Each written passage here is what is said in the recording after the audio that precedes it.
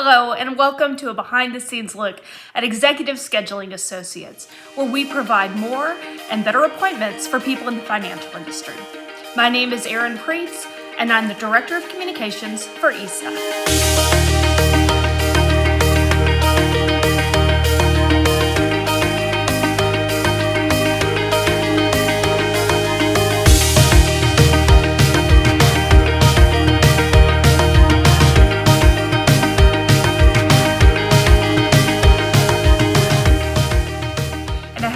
Today, our Director of Client Services, Alisha Mendez. Alisha, will you tell us a little bit about what you do for ESA? So my main role is making sure that all our clients have the best onboarding experience that they possibly can. One of the things that I do with our clients is just make sure that from the very beginning we set them up for success based on what their needs are.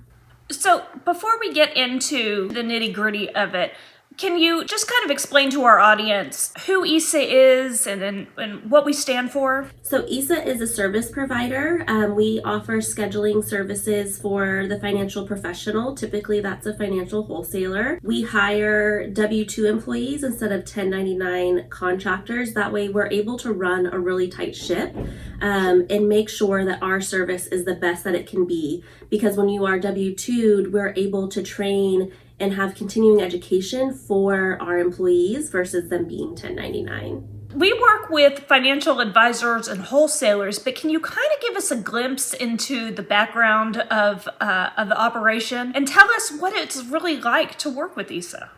So if you're coming to us from the financial wholesaler world, we make sure from the very beginning that we take a look at your territory, analyze it. We will map and zone out your territory for you. We'll go as far as building a travel rotation. And now a lot of those rotations look kind of like a hybrid model, so we're able to accommodate for that.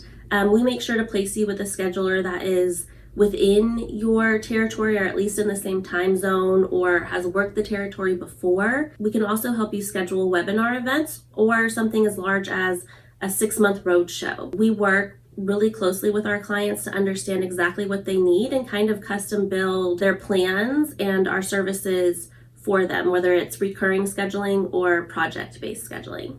So tell me a little bit about matching a wholesaler or an advisor with their scheduler. You talked about that we take factors into consideration when doing that. Can you tell us a little bit about that? Well, first and foremost, you'll never have a scheduler that is calling for a competitor within your territory. We're not going to mix up that dynamic. And it's really important that your scheduler feels like they work for your company even though they don't, and that they're a really big part of your team and that you guys mesh well together. So we try to make sure we're placing clients with schedulers who have either worked the territory before, are in the same time zone, or live in that territory as well if we hire in that state. So we have about 100 plus schedulers all across the country, and we hire in 16 different states. So what you're saying is that you won't match somebody from Atlanta with a wholesaler in New York City. No, and I'm out in California and I can't call into New York City. I call New York City and they're like, why is a 10-year-old calling me? It doesn't ever go well. And so we pay really close attention to that. As we're getting clients set up, I know that you work with them on the onboarding process. What are you looking at for them to be successful?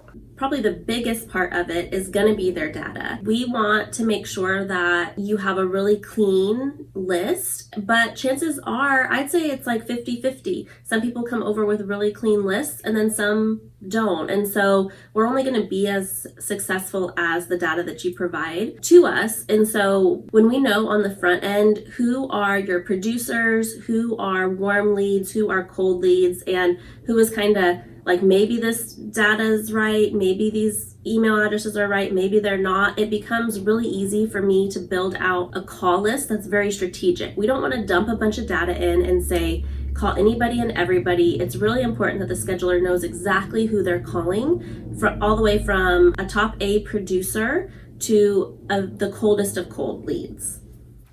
All right, well, we've had some really great client successes in the past 16 years of scheduling.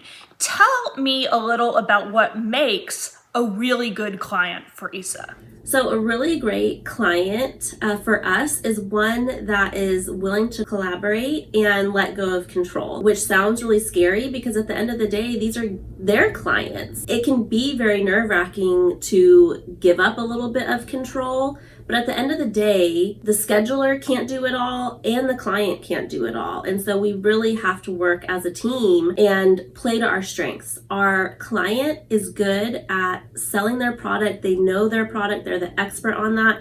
And we're the experts in scheduling and making sure that we are getting them in front of the right people. So the ideal client is somebody that comes in and says, this is what I'm thinking. What do you think? And allowing us to work together from building out their zoning and being collaborative on that.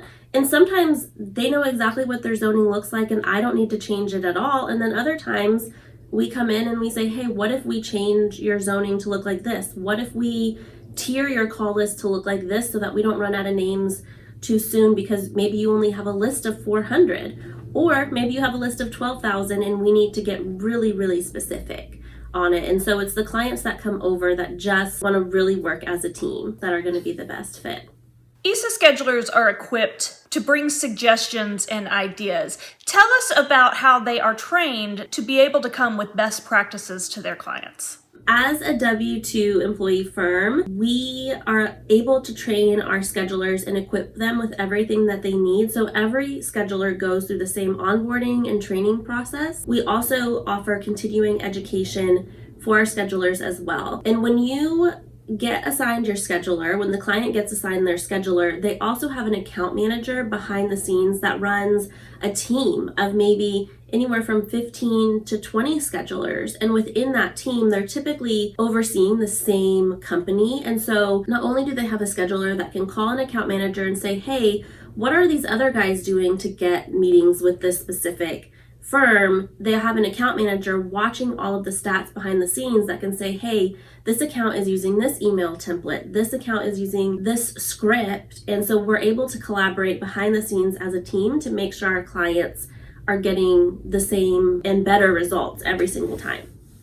Well, Alisha, we sure do appreciate your time today. Thank you so much for speaking with us about ESA and our clientele and about how we can serve the financial community. Thank you so much for having me. It's been fun. We'll see you next time on the next episode of ESA TV.